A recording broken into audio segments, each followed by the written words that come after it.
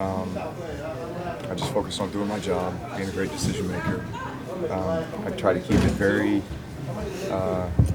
very detailed on just the moment in front of me, the opportunity in front of me. I don't look behind me. I don't look in front of me. I just try to stay in the present. Drew, do you attempt any throws though, because you've got that feel? I mean, like early in that game, that one you threw to Mike Thomas with two defenders around him, just seems like you feel confident that. I think you pick and choose your opportunities. I mean, I think part of being a quarterback is being a risk assessor, and so you, based upon the situation of the game, based upon who you're throwing to, based upon who's covering him, all those things factor into it, and that kind of gives you maybe your percentage of success in your mind, right? And it's time to pull the trigger, but I think you just know when to take certain risks and maybe when not to. Do you think the league, last night 105 points, do you think the league is this a shift dramatically to offensive, Drew, or is this something that maybe is a little bit of an outlier? What do you think? I think that was a bit of an outlier.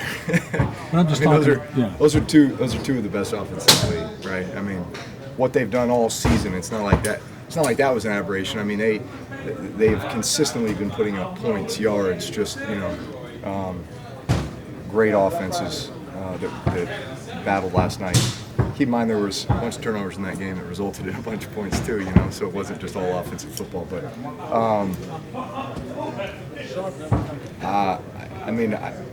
I don't know what the statistics say. If you added up all the points or more points being scored this year than ever have, I don't know. Tell me, but I know there's some really good offenses in this league. Do you all reassess or reset expectations? I know everybody says the expectation is the Super Bowl, but given the way you all are winning games, do you reset expectations? No, you don't. Just focus on winning. Just focus on winning. And if it takes 20 points to do that, or if it takes 50 points to do that, just focus on winning, and everything else takes care of itself. But it's just, we're just trying to stay in the moment right now. Drew, what do you think of the progression of Keith Kirkwood? Yeah, I'm excited for Kirkwood. I think he can be a great part of this offense.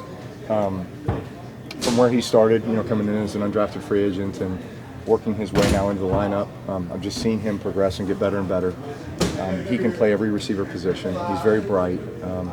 He's hungry. He wants to learn. He's just like a sponge. Hey, what are you expecting from me here? What are you expecting from me there? All kinds of questions and just comments from him throughout the course of practice as to, he's trying to do exactly what you need him to do and be where you need him to be, so that, that I can trust him, and I think he came a long way in the game on Sunday. There were, very early on, we knew that there was going to be opportunities and matchups for guys like him and Traquan and others, based upon the way that they wanted to play Mike and Alvin. So I was excited to see, those opportunities for him. Do you feel like you're playing? I know in 11 it was ridiculous as far as how good it was. Do you feel like as a player you're a lot better than the level you were there in 9 or 11? There's a lot to be said for experience. As a mentor of mine would say, it's old age and treachery, right? Wisdom, old age, and treachery. I feel like, obviously, first and foremost, I have so much trust and confidence in the guys around me, right? And there's a lot that goes into that. We've got very good players. We got guys that work very hard. We got guys that are reliable, dependable, right? Tough, great character, smart. We put in a lot of time and effort together, right? So that we build up that trust and that confidence.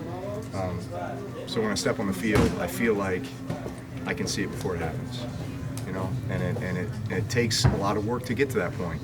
And listen, that doesn't mean that there's not surprises. There's always surprises. That's part of what you expect. You expect to see surprises. You expect to see the team that you're going against have a wrinkle that maybe you didn't expect or that you weren't anticipating. And then it's your job to have a plan for it, have an answer for it, have an adjustment for it. But I feel good playing the game right now. So what you know about this rivalry, could you actually envision a relatively tight, low-scoring game, or is it hard to imagine this offense being contained to These are always hard-fought games. Both games last year you wouldn't call high-scoring games, right? Obviously, the first year one this year was, but I just know they're typically close games, and they're hard-fought games, and their games come down to the last possession. As far as this is the longest winning streak since 2009, do you almost have to avoid the talk of the winning streaks and team of destiny and all that kind of stuff? Because that was a lot in 09 too, when everybody was kind of on the bandwagon with the hoopla. Yeah. Listen, I think we do. I mean, we love the excitement that our fans have. We feel like that generates a lot in the Dome, with the home games. It gets them riled up, and it makes it a great place to play for us, right? We love. I mean, we want high expectations. I mean, we want that sense of urgency when we come in every day. To put forth our best, knowing that can equate to winning a lot of games and putting ourselves in a position to accomplish our ultimate goal. But we're not looking too far ahead. I mean, we're so singularly focused right now, just because we don't feel like we've put our best out there yet. I mean, you're always striving for that perfect game. I don't think you ever find it, but it's just that striving for it that allows you to take put one foot in front of the other and continue to stack the bricks and build what you want to build. You read that Peter King story this week? Yeah, I didn't read it. But Well, he talked in there about Sean will go to you before a game and let you kind of, this is what I like, this is what I don't like. Has that always been the way, Drew, or is that evolved? No, it's always been like that. And how much does that, as a quarterback, factor into your success, you think? It's a lot. I mean, when you're on the same page with the play caller, and he knows what I like, so he knows that when we get in certain situations, this is what I'm expecting, this is what I would like to see. I ask for his input as well. Hey, Coach, what do you like? And when are you thinking you're going to call this play? What are you looking for this? So there's a lot of back and forth, during those conversations between me and Sean and Pete and Joe, and so that when we get into the game, I have an anticipation as to when and how plays are going to come in. And when I can anticipate it, it just puts me, I feel like, one step ahead. Allows me to, get in and out of the huddle, maybe even just a little bit faster. That's going to stress the defense. That's going to give us an opportunity. So, and it's just a level of confidence too, because if he tells me, man, this is the time I really want to call this, and this is the look I'm looking for. Well, all of a sudden we get in that game, and there's the opportunity, and then there's the look. You feel this is going to work, right? So there's a lot of confidence that goes along with that. Drew, I had to step up for a second, so I apologize if you were asked about this. But talk about the play of your offensive line in front of you right now and what they're doing for you. They're doing a phenomenal job. All season long, and even going back to last year when we're mixing a lot of guys, around in different places and just as a unit, man, those guys play so well together. There's so much work that goes into that. I mean, that's not an easy thing, and yet there's just a character, a toughness, and intelligence in that room, and a way that they practice, and a way that they prepare, and then a way that they approach game day, the way that they just take that mentality of controlling the line of scrimmage in every game. It makes a huge difference for our offense. Drew, was there a time in your career where you developed the idea that if there's a young, inexperienced receiver, go ahead and go to him and show him that trust, or you just sort of always had that, or was there a time where you said, I'm going to throw to these guys if they're on the field? Well, there's obviously a lot of time that it takes to get to that point of building chemistry, like we had with Colston and Lance Moore and Devery and Meacham, and now Mike, and as we've built guys into this offense. So young guys like Traquan, who I haven't had a ton of time with, other than this year, Austin Carr, Kirkwood, and others. At some point, you throw the ball there, and that tells them they need to be there, right? And it happens in practice. You don't just go out in the game and start flinging the ball around. Right after the first drive of the Philly game, where they doubled Mike like 3 plays in a row. They doubled out in like 3 plays in a row. I went over the sideline and I said, Mike, be patient. Your opportunities will come. You young guys, you guys are the matchups. The ball's coming to you. All right. So get ready. We're gonna have a big day. You know. And I hope that instilled confidence in them because they sure played like it. You know. And I think that was a light bulb moment for them, an eye-opening experience where, hey, you know, we can do this, and opportunities are going to come our way if and when teams decide to play us like this. It's all part of the growth and maturation process for those guys. I know you talked about Thanksgiving after the game and what it means for you and football and stuff like that. Do you have to do anything different when you see Brittany and the kids before the game, or is it just going to be all football before things kick off on Thursday night? No, it's all football. All football. We got plenty of time for Thanksgiving on Friday.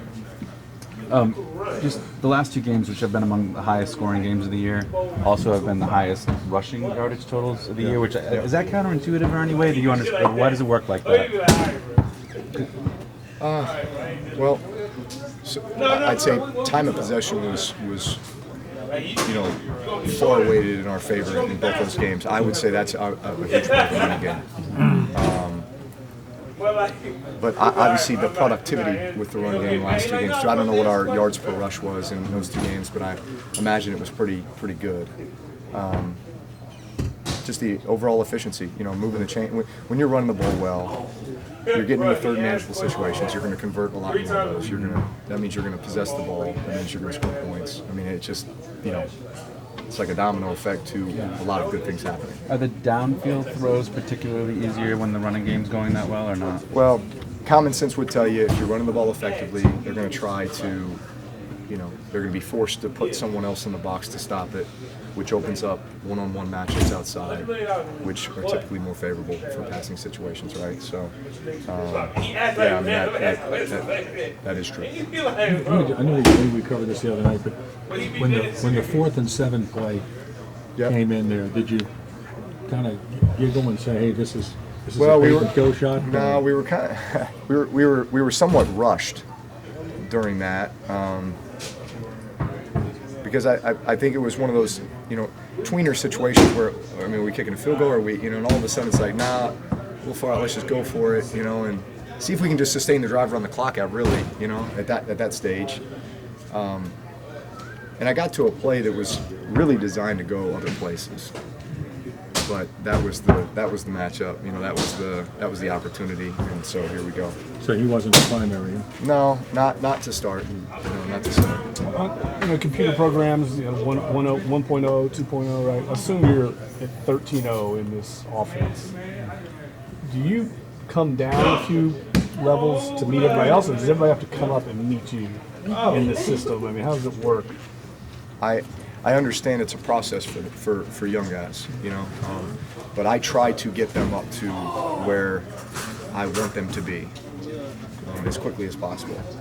And that doesn't mean you throw 100 things at them and expect them to be great at them all of a sudden. It's, okay, here's 100 things, but I'm expecting you to be really good at these 4 or 5 things right now. And the next week we'll work on these 4 or 5, and then the next week and so on and so forth until we get to the point where, you know,